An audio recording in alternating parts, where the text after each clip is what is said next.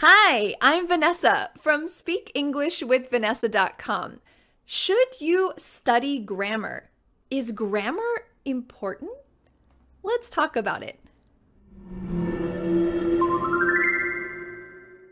Probably when you studied English in high school or even elementary school, you probably took some grammar classes. They might have focused on sentence agreement, verb, subject agreement, using words in the correct place. You probably focused on grammar and vocabulary pretty heavily. So was this an important time for you? Was this important for your English learning? Let me give you what I think. Well, this is kind of a trick question because of course grammar is important. You need to have good sentence structure. You need to make sure that your sentences are understandable. Grammar in general is important, but how can you learn grammar? That is the biggest question. What is the best way to learn grammar? Should you study grammar and focus on grammar rules? Well, there's two sides of this. If you are a beginner, if you are just starting to learn English, I recommend learning some general grammar rules. Learn when to use basic verbs, where different parts of the sentence go, basic sentence structure. But if you are an intermediate or advanced English learner, if you can understand most of this video, if you try your best to understand native English speakers, well, you're probably intermediate or advanced. And for you, your style for learning grammar should be pretty different.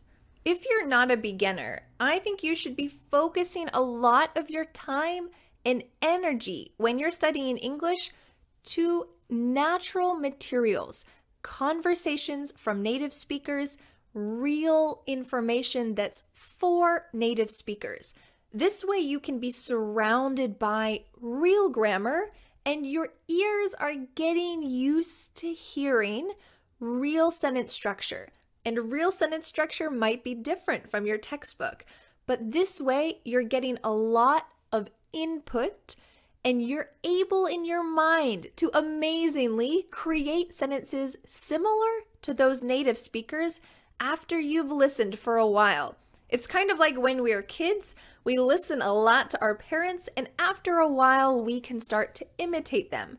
But we're not kids, and we have a lot more experience learning things, learning language. Your brain is now thinking in a different way because you're an adult. You can think about a subject, think about a verb. A 2-year-old can't think about those things. Their brains aren't ready. So because we're adults and we can think about those things, it's useful to know the general concepts of grammar. If you feel like, oh, I'm curious, how can I make hypothetical sentences? And you want to take a look in your old grammar book just to see how they're used and what the sentence structure is, great. There's nothing perfectly wrong with this. You can take a look at those things to remind yourself, but don't stress about it.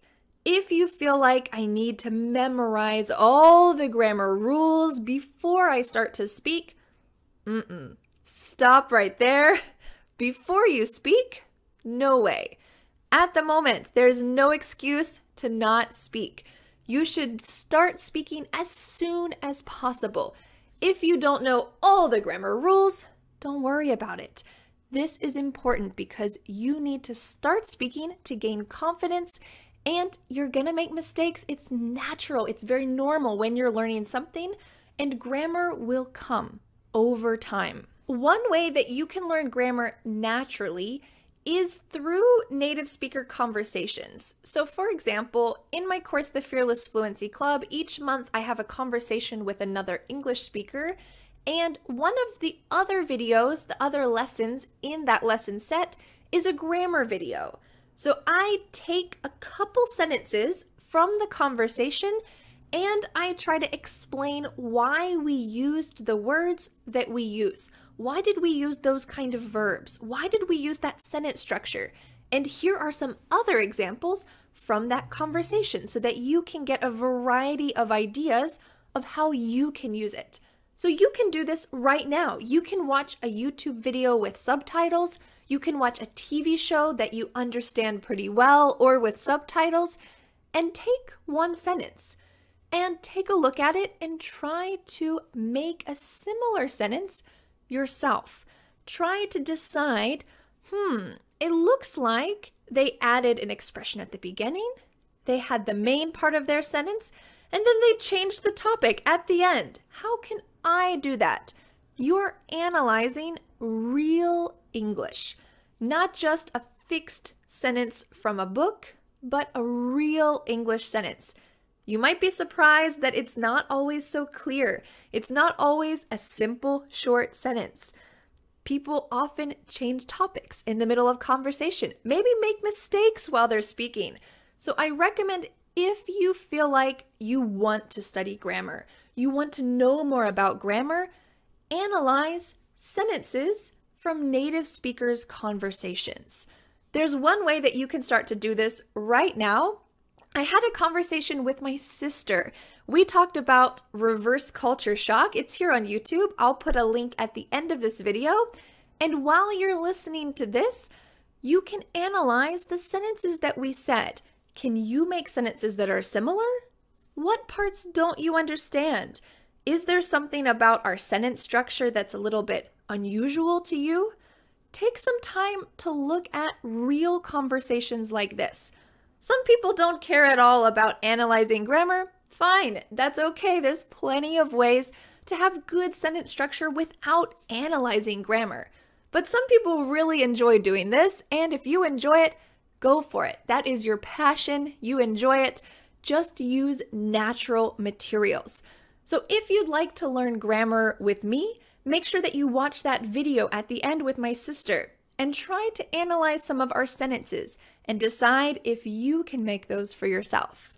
Now I want to ask you a question. Do you think that it's important to study grammar? Yes, grammar is important, but is it important to study grammar?